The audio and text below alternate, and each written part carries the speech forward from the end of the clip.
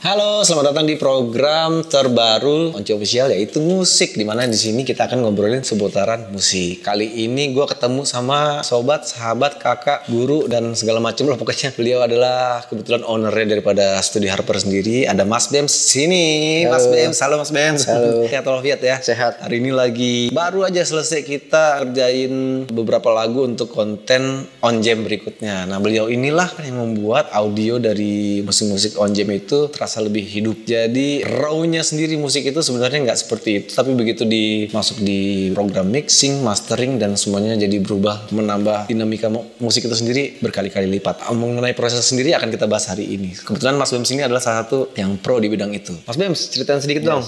Setelah kita take rekaman, tahap-tahap untuk menyelesaikan audio yang asik, yang ciamik untuk rekaman live sendiri, karena bocoran kan tuh banyak tuh, miking sana sini. Jadi bocoran ini istilah anak musik itu, dimana mic itu ditodong atau mungkin ada mic vokal, semua musik masuk di situ gitu, dan cukup rumit untuk nge-mixing itu. Gimana sih prosesnya? Cukup kungfu. Kungfu itu ya banyak jurus berarti. Banyak jurus. Jadi kalau kaitannya dengan live recording yang On Jam lakukan sejauh ini, menurut saya memang harus treatmentnya mesti bener dari awal ya. Dari recordingnya udah mesti kita persiapkan untuk mixing. Mungkin kita perlu bisa bayangin nanti mixingnya akan seperti ini. Jadi mic-nya harus begini, mic-nya harus itu, gain structure-nya harus begini, harus segitu. Memang harus dipersiapkan untuk mixingnya akan seperti apa. Berarti rumit banget ya sebenarnya, karena memang pukulan drum atau pukulan gitar itu memang nggak selalu stabil kan, vokal juga, dan jadi pair untuk gimana nih gainnya biar stabil dan proses mixingnya jadi lebih mudah gitu. Tapi itu cukup rumit. Jadi banyak sebenarnya di belakang On Jam ini teknik-teknik ajaibnya yang membuat akhirnya audio itu tidak berasa raw. Terus apalagi tuh selain itu? Sebenarnya secara umum teknis tetap tracking satu persatu dari drum, dari kick, snare, bass. Hanya yang membedakan karena ini live recording, plusnya mood musik secara keseluruhan itu menurut saya lebih blendnya lebih enak. Blendnya lebih enak, lebih menyatu kali ya, sinergi player ke player. Betul. Terus apa adanya. Tapi groove-nya justru lebih asik ketimbang tracking satu persatu yang drum dulu. Memang konsepnya live, minusnya ada bocor mic yang satu, bocor sumber suara yang lain. Jadi itu yang mesti dipersiapkan untuk bisa ngeblend bocoran yang satu dengan bocoran yang lain supaya tetap harmonis kita dengarnya. Jadi prosesnya panjang ya. Belum itu mixing sendiri. Mixing itu adalah apa ya? Balancing ya. Pada dasarnya mixing yang ngebalance satu instrumen dengan instrumen yang lain. Biar nggak ada yang kegedean. Termasuk menjaga dinamika, mengurangi atau menambah frekuensi yang perlu dikurangi atau yang perlu ditambah. Wah, ilah ribet sekali.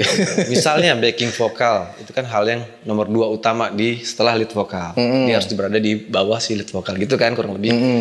Atau mungkin lead gitar pada saat main solo itu akan diangkat sedikit atau enggak gitu. Mungkin perlu misalnya waktu gitarnya ngeritem, ada frekuensi yang perlu kita bedain waktu nge-lead, mungkin mid-nya agak naik atau low mid-nya agak lebih ditambah. Jadi ada perbedaan waktu dia nge-layer sebagai pengiring atau sebagai pemimpin lagu pada saat itu. Bisa dibilang ya cukup panjang lah perjalanan hingga akhirnya menjadi audio yang cukup menarik dan mungkin insya Allah layak didengar.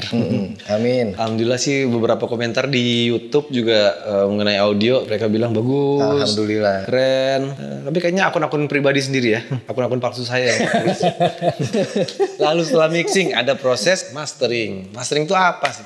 Setelah instrumen itu tadi jadi satu kesatuan, mastering adalah memaksimalkan masing-masing track itu tadi sudah jadi stereo. Nah, stereo ini kita maksimalkan lagi supaya dinamika lebih terjaga lagi, frekuensi lebih terkontrol lagi. Gainnya pun udah standar dengar lah ya. Betul. Tapi nggak simpel juga sih sebenarnya mastering itu, karena memang kalau aku coba-coba di rumah mau mastering, kadang-kadang suka pick merah dan nggak simpel. Apa sih sebenarnya hal-hal yang tricky lah di area-area mastering itu? Hal-hal yang tricky. Sebenarnya intinya mungkin balance antara katakanlah low, mid, dan high itu mesti seimbang dulu, baru kita ngomongin gainnya mau semana, mau standar apa. Karena kaitan era digital sekarang ya, semua platform punya standar yang baru, berbeda dengan era CD, era kaset yang dulu-dulu. Semua zaman kayak punya, mungkin tahun 90-an, 80 ke 90 mungkin mastering nggak terlalu kejar loudness, kejar kenceng. Yang penting dinamika terjaga. Terus makin ke 2000 semuanya seolah-olah mastering kayak makin kenceng makin keren. Sekarang kembali lagi kayaknya trennya mau keren nggak harus kenceng. Tetap kita bisa menikmati musik itu dinamikanya lagi pelan atau lagi kenceng, enaknya semana. Zaman-zamannya CD atau kaset kita semua tuh mendengarkan musik tuh nyaris melalui speaker. Baik itu kaset. Tahu nggak kaset teman-teman? Ada yang tahu, pasti ada yang tahu. Kaset tuh pasti ada speakernya dari tape-nya. Terus CD pasti ada speakernya dari CD playernya. Dan biasanya udah ter-EQ dengan enak lah.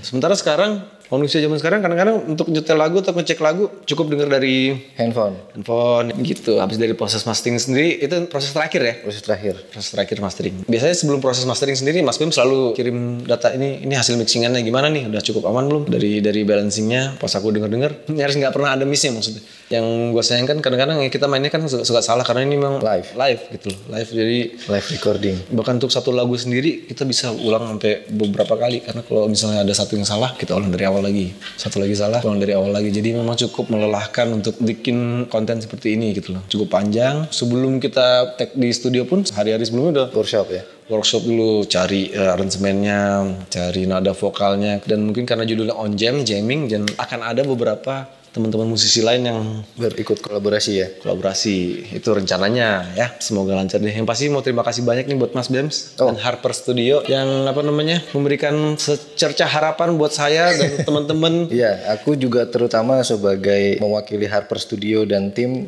terima kasih banyak juga sudah dipercayakan terlibat di On Jam ini, dari recording, dari mixing, mastering. Kehormatan besar sih buat kita ngerjain On Jam. Top. Thank you Mas James. Sukses selalu deh buat Harper Studio. Sama-sama. Semoga On Jam semakin lancar. Sama-sama. Ini lagi ngerjain yang akan kita kerjain ke depan. Nanti kita akan kasih contoh ke teman-teman apa sih perbedaan raw-nya dan hasil masteringnya gitu.